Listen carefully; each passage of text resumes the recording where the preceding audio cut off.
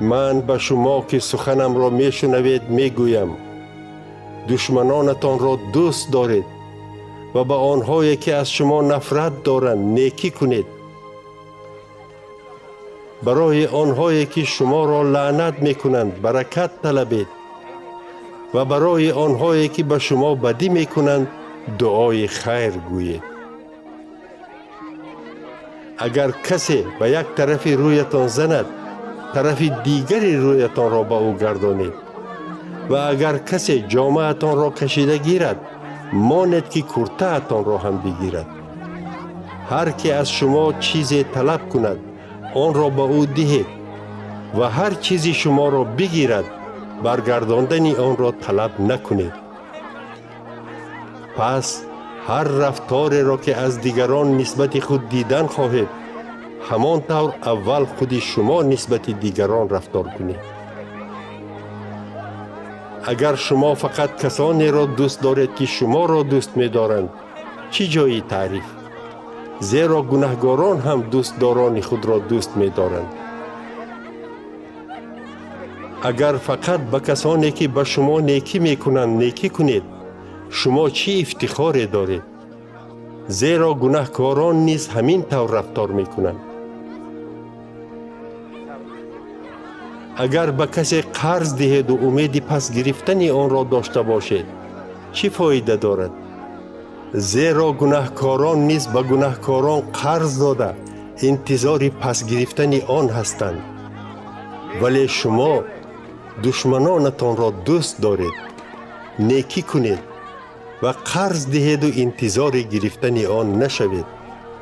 آنگاه مکافات بزرگ نصیبتان گشته فرزندان خدای تعالی خواهد بود.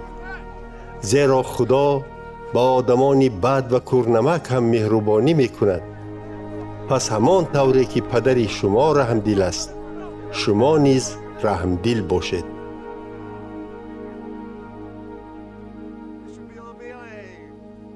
دیگران را عیبدار نکنید و شما نیز عیبدار کرده نمی شوید.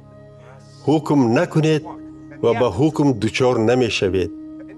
همه را ببخشید و شما نیز بخشیده می شوید. بدهید و به شما نیز داده می شود تا به اندازه زیاد جنبانیده و فشرده شده و لبریز شده به شما داده می شود. زیرا با کدام سنگ ترازو که برکشید با همان سنگ برای شما برمی کشند. همچنین او مسئله را با آنها گفت: آیا یک کور به کوری دیگر راه نشان داده می تواند؟ مگر هر دویشان به چاه نمی افتند؟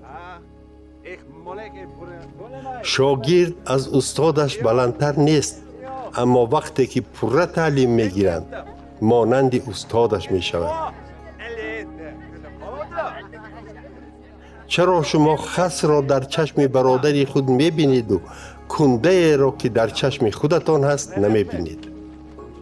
چه خیل جرأت کرده به برادرتان می گویید ای برادر اجازت ده خس را از چشمت برارم، وقتی که کنده را در چشم خود نمی بینید؟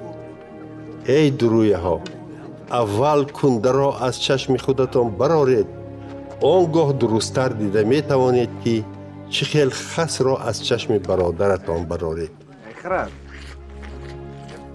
هرگز درخت خوب میوه بد و یا درخت بد میوه خوب نمی دهد. چه خیل بودنی درخت از میوهش معلوم می گردد. از بوته خار انجیر نمی چینند و یا حاصل انگور نمی گیرند. شخص نیک از خزینه نیکی دلش نیکی را و شخص بد از خزینه بدی دلش بدی را می برارد. زیرا آن چیزی که در دلتان هست لبریز شده از زبانتان بیرون می آید. چرا مرا خواجه خواجه می نامید و گفته هایم را اجرا نمی کنید؟ حالا به شما به کی مانند بودن کسی را می فهمانم که پیش من آمده گفته های مرا می شنود و آنها را اجرا می کند. او به آدم مانند است که برای ساختن خانه‌اش زمین را چقور کنده پایدیوارش را بالای سنگ می گذارد. هنگامی که آبخیزی می شود و آب دریا خانه را زیر می کند با آن هیچ آسیبی نمی رسد چون که پایدیوارش مستحکم ساخته شده است.